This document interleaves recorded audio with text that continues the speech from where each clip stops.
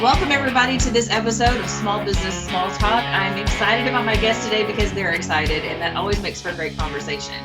So welcome again to the episode of Small Business Small Talk. Small Business Small Talk is a show where we talk about small business, we talk about business, but we also talk about life and all of the great things that go with it. It's a show that kind of educates you, empowers you, and definitely has a little touch of entertainment with it as well.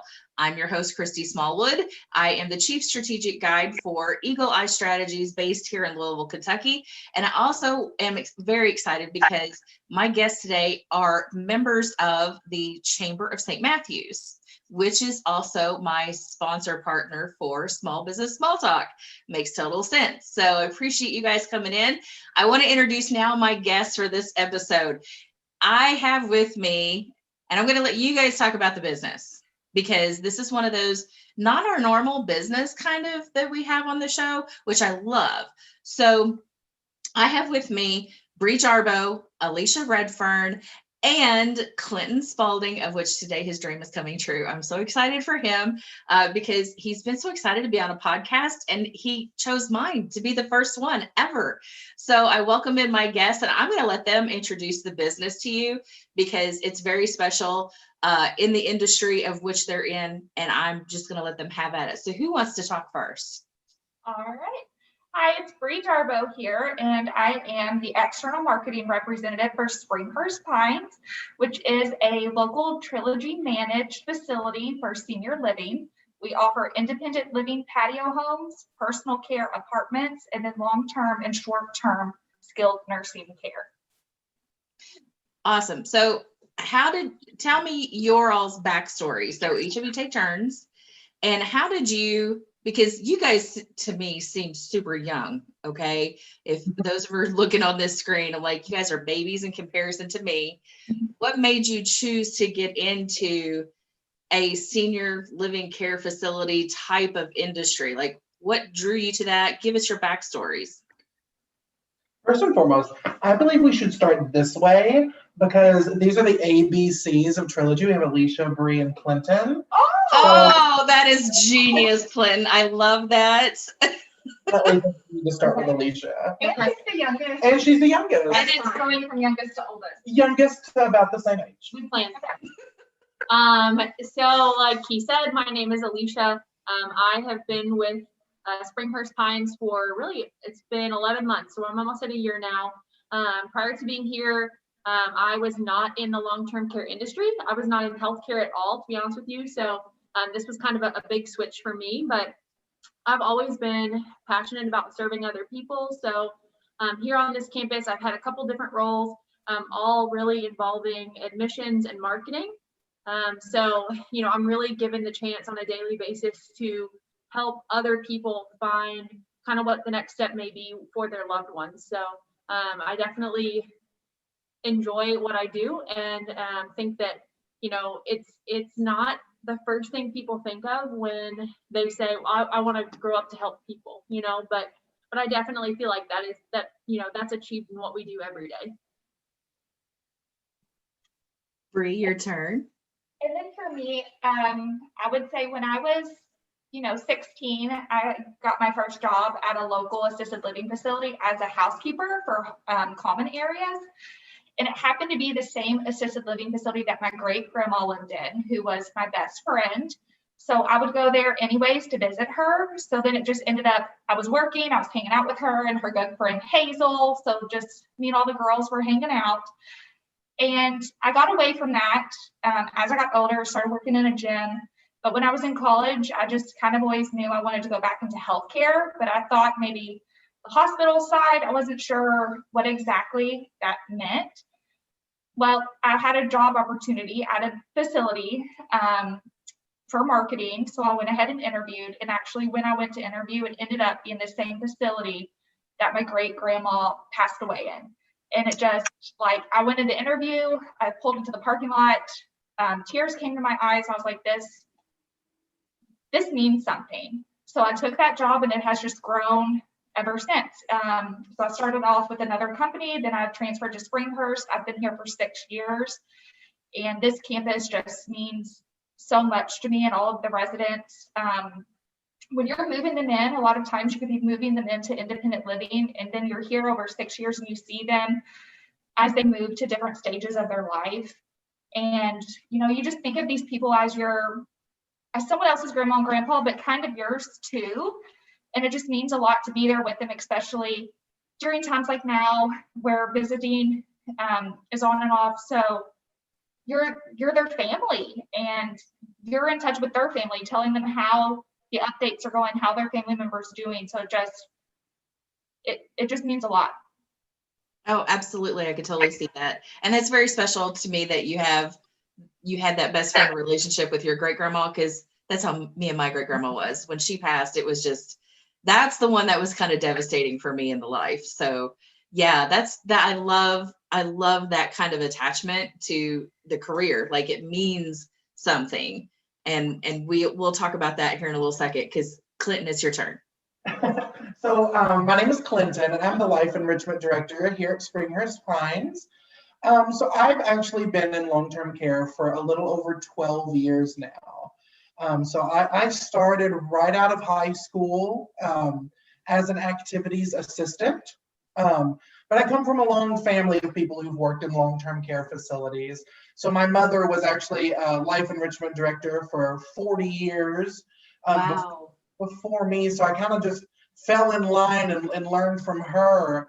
And I was just as passionate about it. So just to kind of like swing off of what Bree said, I mean, some of these people that you meet, you get so attached to them. And so just to be able to be a part of their lives is remarkable. So specifically what I do is, my residents say I'm the CFO, I'm the Chief Fun Officer.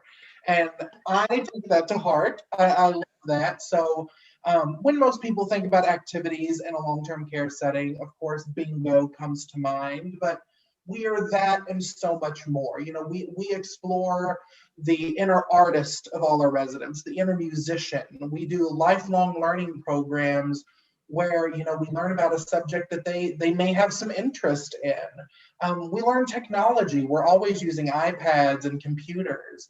We've done photography classes. I mean, just anything you can set your mind to, your life isn't over just because you've moved in here. But unfortunately, for most of those that we have the pleasure to serve, this probably will be the last, move they make. And so it is such a treasure to be able to be a part of this episode of their life. And that's where I take my job very seriously. If this is the last friend that they get to make, I want to make sure that it's a memorable friend who is going to go above and beyond to bring them happiness and joy. Well, I'll just say this before we even get deeper into this conversation. If your industry had more people like you, it wouldn't be so scary. I mean, really, for those of us who are kind of in that sandwich position where, I mean, I still have a mama who's in her late 80s and, trying to figure out what next. And she's the stubborn old one. She's like, I will die in my recliner. Okay. In the meantime, because she's so terrified to let somebody else help so much, like move into a different environment. And you hear you've heard over the years a lot of horror stories. So I appreciate the love and the passion that you guys are already bringing to. And also, let me say, if more people would just have that same kind of passion in what they do on a daily basis, our world will look completely different. So I appreciate this conversation already, just for myself. Yeah. So, yeah. Okay. It does seem that long-term care facilities do have a stigma around them. I'm very lucky to read and do research more and more that we are losing that stigma a little bit over time, but it's strong things, I mean, if you turn on a local news channel during the daytime, you're going to see lawyers talking about abuse allegations and things like that. And that doesn't happen for the most part anywhere. And, that we are a person-centered care provider. So we get to know the person. They're not a patient. They're not a record number to us. We know their history. We know what their loved ones do. We know what brings them joy. So, and that is what we focus on. We focus on the person and not the patient. And this is their home, and we just have the privilege of being able to help take care of them. But this is their home. Yeah, we're just guests in their home. Like a cat or a pet. It's the pet's home. We're just here to provide. So, okay, I know you guys, especially Clinton, you've had a lot more experience in this industry. So what has been a biggest challenge you guys have had over time that you've been able to overcome with this? I think when it comes to challenges, you hit right on the head there with stigmas. I think we have to overcome quite a lot of stigma in this facility. Which, Trilogy, who manages our campus here, they do such a wonderful job of. We have what we call our Trilogy service standards that we put into place every single day, that make sure that it is a home-like environment, and everybody is, fully trained on those. If you walk in the building, if you walk into our building, you're going to get a completely different sense of atmosphere than, I can say about most buildings. It just, you walk in and it's different. It's different. There's care, and there's love. So, ladies, what about you? Because I know you guys have come, you're newer into this. Alicia, especially you, in the last 11 months, what's been something, because this has been a very interesting 11 months. So what has been something that you've had personally happen that you're like, okay, didn't plan for this? How do I overcome it? How did you manage that? Yeah, I'm sure it goes probably without saying that the whole, COVID pandemic has definitely been something that was unexpected. So when that all started, I had been in healthcare for all of 4 months, and I get into it and you hear all the stereotypical things about healthcare, right? Oh, it's a great industry to get into.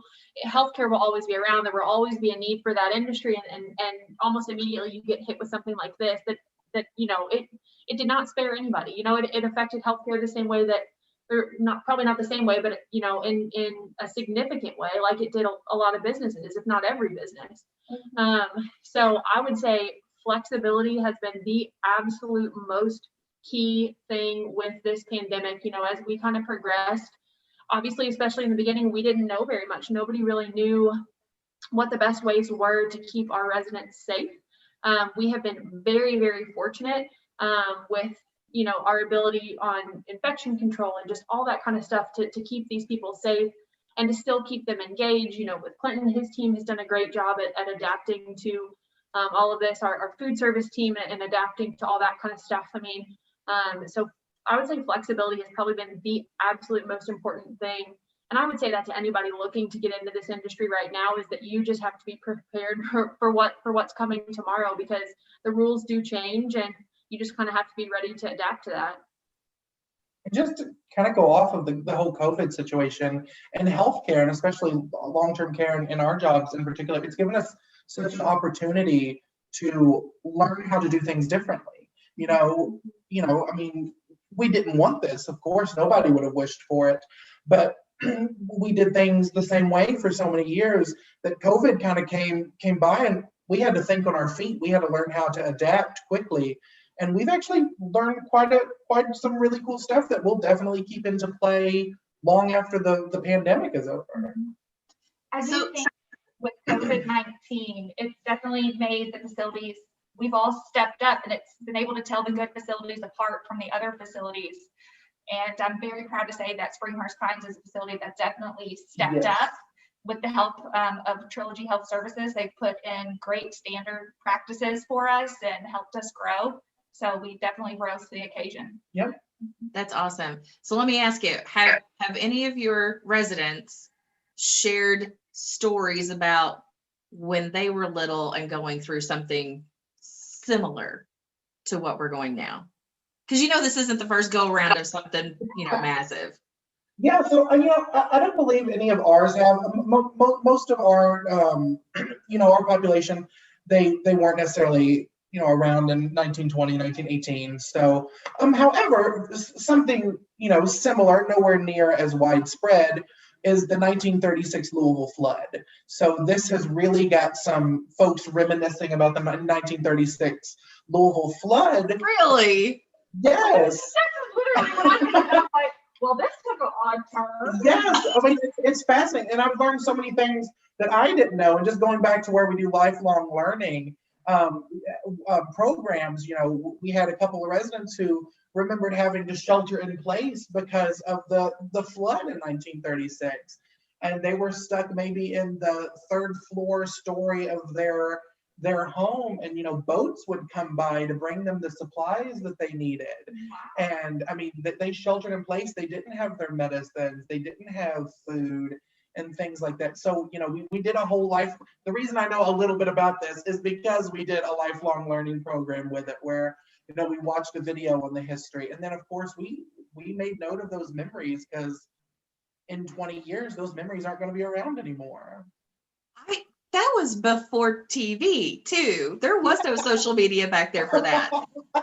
No, yeah, I can't imagine not being able to, like, if I didn't have my Nintendo Switch at home, I don't know how to survive the pandemic. I can't even imagine what that kind of day looks like with No. Lots of checkers, I imagine. lots of checkers. Wow. That is interesting. That's a definitely, I'm going to have to put that as one of the little, tidbits. If people listen this long, they share that. Okay. So what have been some big influencers that you guys have had in your personal and professional lives? And when I say influencers, like books that you may read or people who've influenced you to do something better. Absolutely. Do you want to start? Well, I would say personally, my mom has always been my biggest influencer. And I know that's very generic, but definitely my mom. She was a social worker, so she raised me to have the same compassion for people that she had, just always wanting to help. And yeah, I mean, I want to go off that as well. As I mentioned, my mother was an activity director as well, still is here in Louisville. And, learning from her is some of the best education I've ever had. And still to this day, if I have questions or I'm up against a wall with a problem that I don't know how to solve, I'm going to go call in my mama.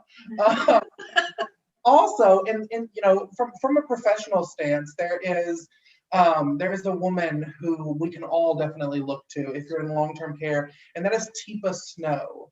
Teepa Snow has wonderful education dealing with long-term care, but more specifically dementia. So, the different dementias that, we all know. Of course, dementia is just an umbrella term, and there's many things that fall under that, such as Alzheimer's, Parkinson's disease, and many more.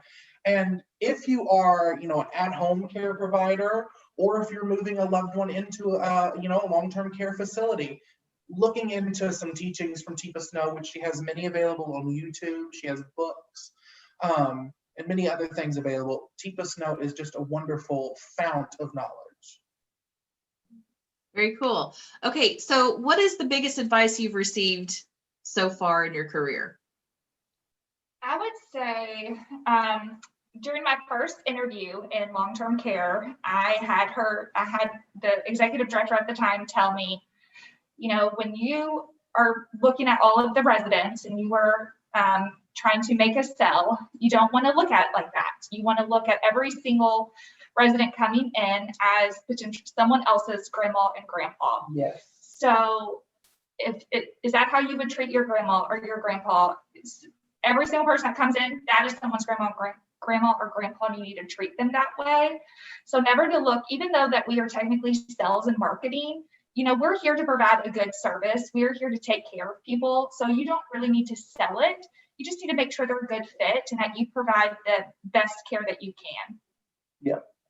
Yeah, I would say to kind of bounce off of that, my answer is kind of similar to yours, but to bounce off that a little bit, that one thing that I feel like is really big, especially here at Springhurst Pines, is that, we are always a representation of Springhurst Pines, whether I have my name badge on or not.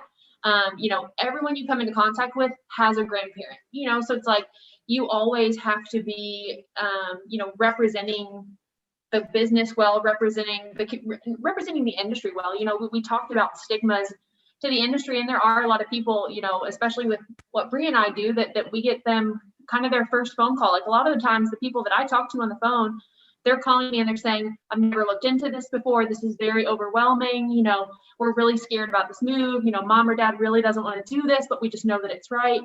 And overcoming those stigmas and just always, you know, representing not even just the building, but the industry as a whole very well, is something that I feel like has been kind of one of my biggest advice pieces that I've received since starting here. Ditto. Ditto. Okay, and you guys are all looking at me like, okay, next question. So tell me, because I'm looking at some of the questions I normally ask, and I'm like, it's not quite there. Tell me a favorite story of something you've experienced so far in your positions. Ooh, That's a good one. That is a good one. Oh. I'll go. Oh. So many years ago, when I was just a wee lad, we were getting ready for a program, and I can't recall what the program was going to be, but we had all of the residents in a big circle in our you know, recreation room, and they were all in a big circle, and I was, you know, transporting people down there for the program.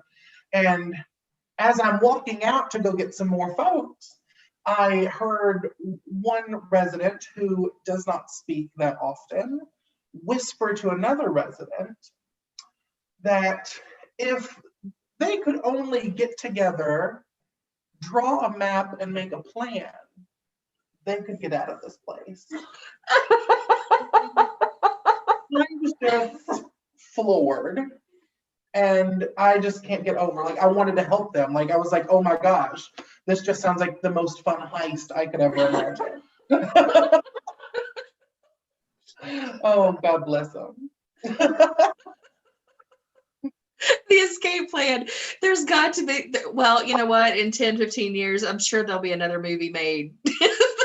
Like, you know, the older guys, they keep making those movies. There's gonna be one. You just know it. Absolutely. You should get credit. Sure. I'll be the writing credit. All right, ladies. What's the coolest thing that's happened to you? I think I don't know if it's the coolest, but maybe like the most fulfilling, is just working on residents in the hospital that just need the appropriate level of care, and just being able to get them a spot when no facilities were able to help them. Sometimes for those higher acuity patients that no one else just is going to be able to meet their needs, being able to rise to the occasion and meet their needs. It always feels really good when you're able to help someone, especially those that are having trouble finding placement elsewhere. Yeah. So yeah, that it's very fulfilling to be able to do that. I would say for me, you know, despite the fact that I'm in marketing, I'm about to go into Clinton's room a little bit as my favorite thing. But, you know, our building is really big on, you know, teamwork. So we are constantly crossing lines and helping each other with everything in all different departments. So I would have to say that my favorite thing, and this has actually happened a couple times, is we have something called theme dinner that I love to do. So Clinton gets to, what? Clinton is in charge of that. And you said theme dinner, right? Theme as in like coffee chat theme whenever we do the crazy stuff in the morning themes? Yeah. Okay. Hold on, don't say yes. It's not coffee chat themed. It's a whole week long of like themed activities. The whole facility gets decorated. Everybody dresses up. For instance, our last theme was Alice in Wonderland. Oh yeah, no, this is totally St. Matthew's Chamber coffee chat morning. We themed those things like crazy. Tell me how much you loved it. I want to hear. I do love it. Tell me, I want to hear. Oh, you know, I got to dress up as the characters. The most recent one, like you said, was Alice in Wonderland. I was the White Rabbit. He was the Mad Hatter, obviously. And briefly, the Evil Queen. Crown fit perfectly. Yes. But the dress did not. So we all get to dress up. We all get to parade around the facility for all the residents. They get super into it. One of my personal favorites is just among the employees. We did what was it? Absalom's mushrooms or something. We were hunting for paper mushrooms all over the building all week long. And you all it was department against department, and there was a pizza party involved for whoever won. We're a very competitive bunch here. So we did an Easter egg hunt back in April that was very intense. I know that sounds ridiculous, but yeah. So all the stuff like that where we get to do bonding stuff with each other, I really enjoy that. There was also a golden mushroom. There was a golden mushroom. No one found it. So Nobody where is found. it? It's in my office now. Oh, It was in the lid of the piano. oh, boo. I even gave all kinds of clues. No, he did not. But just to let you all know, of course, these team building exercises were so important during COVID because everybody felt the effects of COVID. It was, not just the people stuck at home, not just our residents, but us as well. All of the employees here, they definitely felt the ramifications of our residents not being able to see their loved ones, of them not seeing their loved ones or being able to do the things that they enjoyed doing when they were off the clock. So being able to do little staff activities like that really helped our whole our whole positivity. And I feel like, and I've seen on social media and read articles just about how a lot of places didn't fare so well with employees during COVID, but I feel like we've kept our spirits up a lot. I mean, of course, I think we all have our good days and our bad days, but I think we've all had many more good days than bad. There is no better team than the team here at Springhurst. Yeah. And we do this fun thing. Clinton is just like the king of fun. He really is the CFO. So we are doing Jeopardy every Thursday at our morning meeting. We play Jeopardy amongst the staff, and Clinton, we've had to work on him on the categories because they're very difficult. They're real Jeopardy questions from the actual show, and we are just not that knowledgeable. And we have two executive directors here, and they are like they are trivia nerds, and they are very competitive. Oh, it's hilarious. We should just have you guys watch that because I feel like that could be a reality show. And people try to come in and play with us, and we're like, you don't even go here. You can't be here because we don't want. There's no cheating allowed. You gotta wonder what the residents talk about you with, like in their little circles of people, like they, go to each other's rooms and they're like, did you see what they did today? Those kids. They do, and a lot of times they're just shaking their head in disgust. But they still play along though, right? Absolutely. Absolutely. So you guys are in this really very important because you're working with people's lives. You're not producing a widget. You don't have a service like I do that just works on strategy to build business and get you focused and moving forward kind of stuff. You're really in a person's life on a daily basis, and you're dealing with the mess that comes with a person's life every single day. And not just like physical mess, but relationship mess and all of this other stuff. Because I remember when my great grandma was in the facility herself, and we'd walk down the hall and we would talk to the other residents who didn't have family to come see them, so you do become that family. It's a very interesting position to be in as far as a business concept goes. Like, we don't typically think of you guys as a business, but you still have all of the business elements to run to make sure that you have what you need to provide the service that you do for the residents. That is just all about quality of life, really. And so and I want to say thank you, because I know you guys specifically fall under that front line of people from the get-go. Like, you have been there, Bree, like you said, you were the person, the go-between to give the updates between the resident and the family member and all of that kind of stuff, because you couldn't allow people in. And I'm sure some of that's been, has that been lifted at all? So just recently. So something you said earlier, we admit the resident and their baggage, their family, their relationships That is true. We don't just admit residents, we admit entire families. Once your loved one is in our care, once you have decided to share your loved one with us, you're with us too. We want you in for the long haul. So we make sure that they're involved in everything that we do. So programming wise, during COVID, of course, they couldn't come in and visit regularly. So we've had many campus parades where loved ones could decorate their car, come in and just drive around the whole campus, and all the residents are at their windows, just patiently waiting to see their loved one. We've made sure that we accommodated window visits. Of course, they couldn't come in and touch. And that's so important. We all need hugs and kisses in our life. And for 7 months, our residents haven't had it from the ones that are most important to them. Yeah. But recently, we have been able to open our doors up for family visits. We are following all infection control and safety precautions. They're socially distanced, so touch is still, frowned upon right now, but they get to see their loved ones. And, just before coming to this podcast today, we had a lady visit with her son who hadn't seen her son since February. And her eyes were so bright.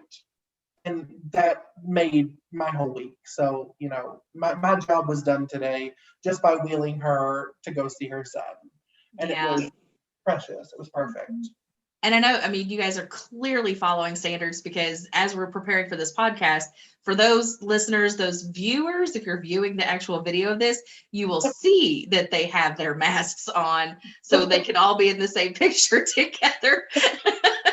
So beautiful masked faces. And I'm here all by myself, so I can get away with not wearing a mask. So, okay. So for those entering into your industry or even trying to start something new, what would be your biggest piece of advice to that person? What would your advice be, Alicia? So I think, and I feel like we've said this several times today, but I think my biggest piece of advice is to not look at these people like they're patients. You have to look at them like you are adding another member to your family. You have to look at them like you're adding another coworker, or you're adding, you are not just adding a patient. These people are so much more than that to us. And you really, as somebody who is new to the industry, I came in not really knowing, generally knowing, I guess, the stereotypes and stuff, but not expecting it to be, not expecting to get as attached to the residents. Especially, I don't really have a position like Clinton where, he's with them for the majority of his day. That's not necessarily always my job. I'm more of before they get here, and then once they get here, I'm kind of handing them off to other people, and I may get to visit with them every now and then, not as much as I would like, but you're in charge of rolling out the red carpet. I do, yeah, I do get to do that wonderfully. I do get to do that. So, but just treating them like family. And we always say that you treat them like family, but you don't talk to them like family, because we all know that we all talk to our family in ways a little different.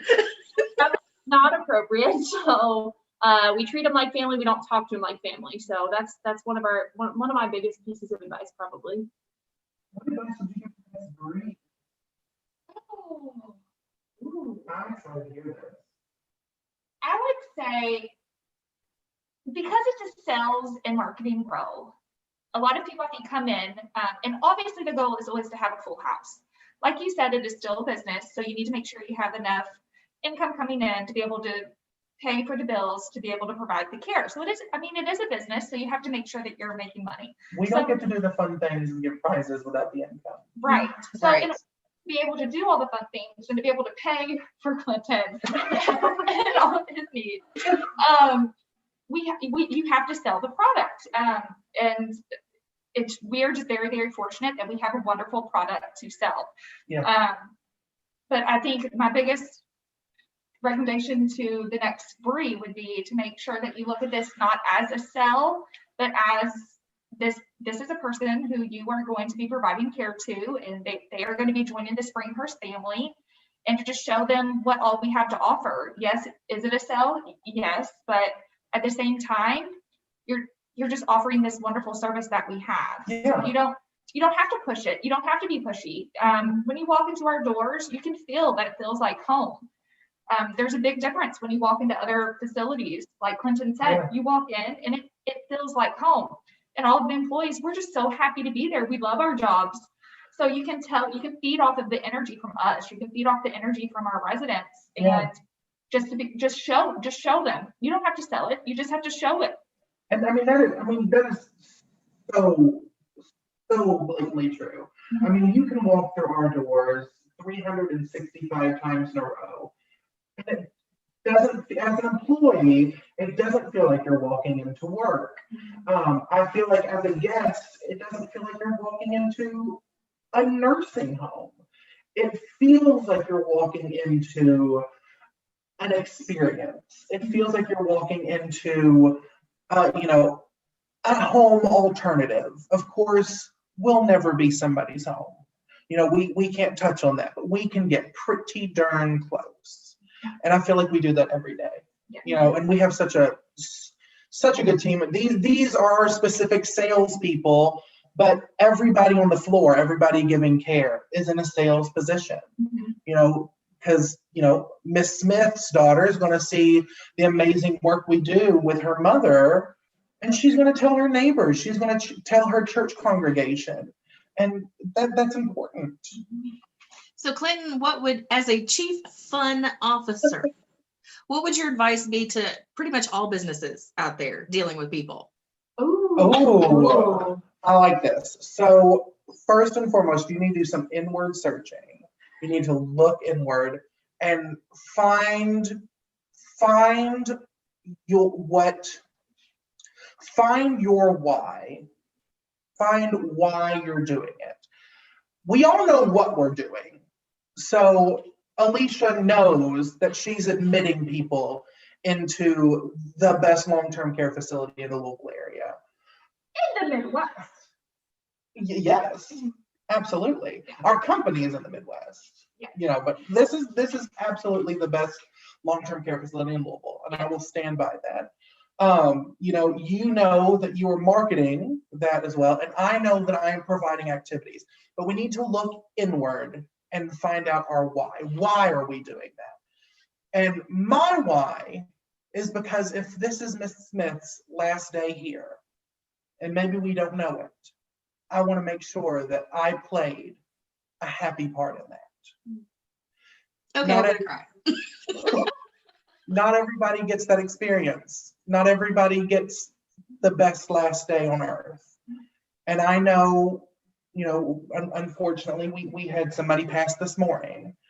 And I know I wanted to be a part of that because I know I could maybe bring a song or bring a little bit of light to the family and to the resident that they otherwise wouldn't have had. And so that is my why. My why is not just to play games and not just to do art projects. My why is to be the last beautiful piece of art that this resident makes. And I think that's what everybody needs to do, no matter what you're doing. Why are you doing it? Well, Clinton, I think we're going to stop right there. That was so beautifully said. I could not have done a better job with that, because I think exactly what you said. If everybody in their own business, if every business owner, if every team employee would apply that same level of thought, compassion, passion in general, and intention behind why we do what we do, we probably wouldn't have such a crazy 2020. No. So yeah, I thoroughly thank you guys for this conversation. And I want to thank the ABC of Springhurst. That is brilliant. Love it. No, we're a band now. You should totally do that. Yep. You need to harmonize and do something from like the 40s or 50s. Do like the poodle skirts. Poodle skirts were big, weren't they? Girls, just saying. My size.